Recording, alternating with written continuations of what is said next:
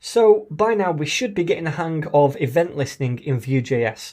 Now I'd like to show you one more group of events before we move on, and those are keyboard events. And by that I mean things like key press or key up. So first of all, what I've already done is create a data property called name here with a value of Ryu. Then I'm outputting that data property right here in the p tag. So it looks something like this on the screen. So what I'd like to do now is create an input field which is going to listen for a key up event. So first of all, let's type input tab, and it's going to be of type text. Then I'd like to attach an event, so @ symbol, and it's going to be a key up event. So this event fires when a user presses a key down, then releases the key. Okay, so it's not on the pressing down, it's the key up that fires the event. So we'll set this equal to a function called update name, and we're going to create that function now. So in methods, update name, then we're going to take in that event object as the parameter, because we'll use that now to get the value of text that a user has entered into this field, right? So this function right here is going to fire every time a user presses a key, then lifts the finger up on that key up event. So first of all, let's find out the value of the input field when the user's typed into it. So I'll say console.log, and then we want to get the event object. Then we can use a property on the event object called target, which is the target element, in this case the input.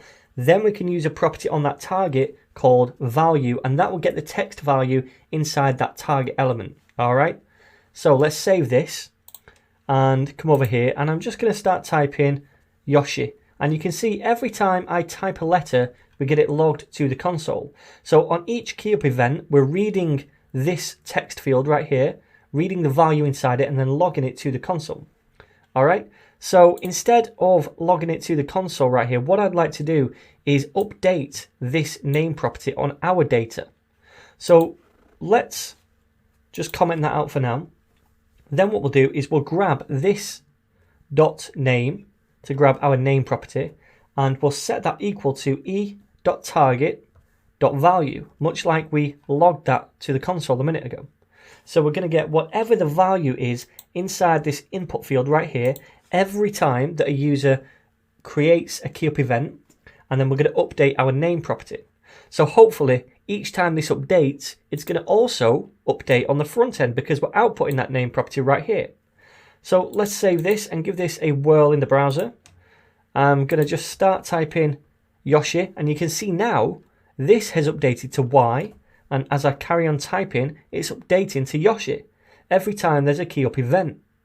So that's cool. We've kind of created this two-way data binding now, whereby we enter information, then that data is transferred to our Vue instance, we update the data on this Vue instance, and then it's transferred back into the template right here. This kind of back and forth two-way binding. Now I just want to show you what would happen if we attach a different kind of keyboard event here. So I did key up right here. Now I'm going to do a different event, and that's called key press. So a key press event occurs when a user presses down the button. It doesn't wait for the up of the key. All right, so let's save this and see if this works. It's still calling the same method right here. So if I start to type in the first one, first of all, I'll type in Yoshi. That works. Okay, let's delete this. Now if I start to type in this one, Yoshi, notice that the Y doesn't go up here. All right, now if I type in an O, we get the Y. An S, we get the O. So it's always one letter behind. And that's because at the time of pressing the key down, it's not read this value of Y yet. It's not registered.